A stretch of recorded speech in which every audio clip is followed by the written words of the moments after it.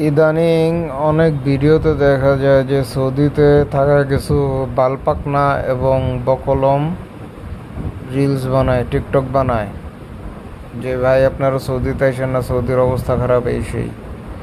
এর দুইটা কারণ হতে পারে। এক হইতে পারে যে সে মানে ধরেন আপনি কোনো কোম্পানিতে 1500 রিয়াল বেতনে চাকরি করেন, এক এক বছর হয়েছে, তো আপনি আপনার বস রেখেছেন যে বস আমার বেতন বাড়ান, 200 রিয়াল 300 রিয়াল বাড়ান।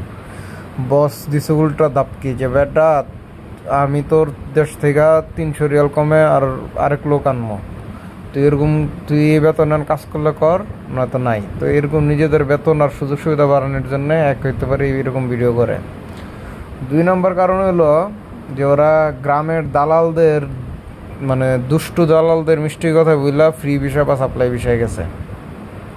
এখন ওরা ধরেন যে নিজের নাম লিখতে পারে না, নিজের নাম ধরেন যে লিখতে গেলে কলম ভাঙে 2টা, এরপরে ইংলিশ কইতে গেলে এক চাপার দাঁত আরেক চাপার জায়গা, ঠিক আছে, ইংলিশে নিজের মানে নাম পরিচয় করতে গেলে।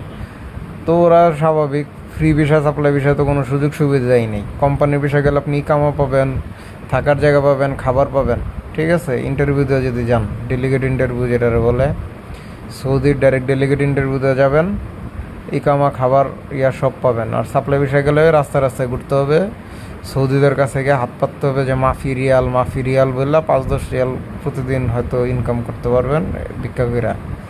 আর ওই যে দোকানে সৌদির দোকানে গিয়ে যে সবুজ রুটি খাইতে হইব, যেটা ওরা ফালা দেয়, ওটার কি শেষ মুহূর্তে গিয়ে হাত পাতলে ফ্রিতে দেওয়া দেয়, এগুলা খেয়ে থাকতে হইব।